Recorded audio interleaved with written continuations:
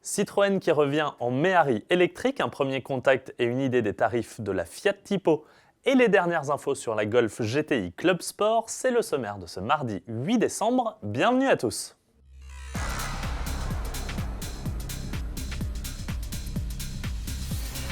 Et l'on commence par la surprise promise par Citroën pour la COP21, la grande conférence sur le climat.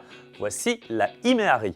Quelques mois après avoir découvert la Méhari du 21e siècle sous les traits du concept Cactus M, la célèbre voiture de plage produite de 1968 à 1987 se réincarne finalement en ce drôle de cabriolet 100% électrique aux couleurs acidulées. Et s'il a bien des airs de Citroën Cactus, c'est bel et bien la Bolloré Blue Summer qui lui sert de base. Pierre Authier, responsable design de cette e-Méhari, nous en dit un peu plus sur le modèle. L'objectif de Citroën avec cette e-Méhari, c'est de proposer à la fois un véhicule qui incarne les nouvelles valeurs de la marque Citroën, avec un design optimiste, frais et coloré. Donc de faire de l'image, de faire revivre aussi cette voiture iconique de 1968 et nous permettre de nous projeter dans l'avenir de Citroën. Le choix du 100% électrique s'est imposé à nous car nous souhaitions réinventer avec modernité et innovation tout l'imaginaire de Méhari. Et pour une marque comme Citroën qui a dans ses gènes l'innovation, c'était une évidence pour nous que e-Méhari devait être 100% électrique. En exclusivité, notre journaliste à Autoplus Agnès Lasbarère a pu se rendre au centre de style PSA de Vélizy pour découvrir la e-Méhari, et notamment son habitacle aussi dépouillé ou presque que son aîné. Alors à l'intérieur, c'est extrêmement basique, sur la planche de bord, pas grand chose, juste un écran qui pourra nous indiquer la vitesse, la charge de la batterie, une boîte un petit peu dans le principe du C4 Cactus avec 3 boutons, une boîte auto, et puis sinon on pourra avoir une connexion, ça sera la seule option déjà, ça sera la climatisation, et puis on pourra avoir une connexion avec son propre portable pour écouter sa musique ou pour pouvoir téléphoner.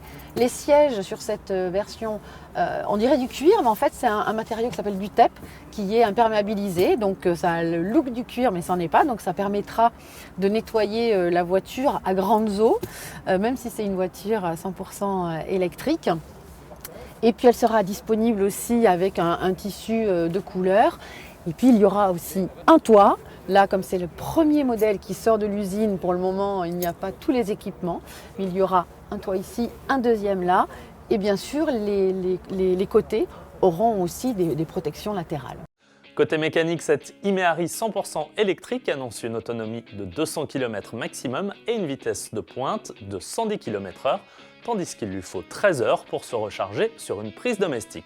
Produite dans l'usine PSA de Lajanais à Rennes, la e-Méhari sera commercialisée au printemps 2016 à un tarif qui pourrait avoisiner, hors location des batteries, les 24 000 € comme sa cousine Bolloré Blue Summer.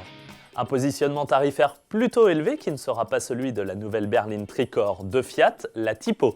Sur le créneau des Dacia Logan et autres Skoda rapides, cette 4 portes devrait en effet proposer des prix plutôt intéressants, comme nous l'explique notre journaliste Charles Touluc, qui a déjà pu en prendre le volant.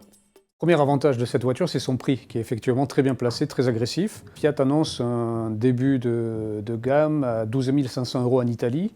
Il faut compter à peu près 1 000 € de plus chez nous en France pour la version premier prix.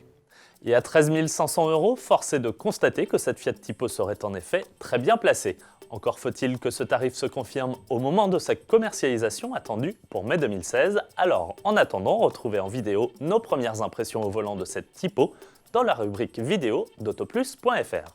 Pour terminer, zoom sur la Volkswagen Golf GTI Club Sport qui a récemment pu faire ses premiers tours de roue sur le circuit de Portimao au Portugal. Présentée au dernier salon de Francfort et célébrant les 40 ans de la Golf GTI, cette GTI Club Sport gagne 35 chevaux à 265 chevaux et grâce à une fonction Overboost peut même atteindre un pic de 290 chevaux durant quelques secondes.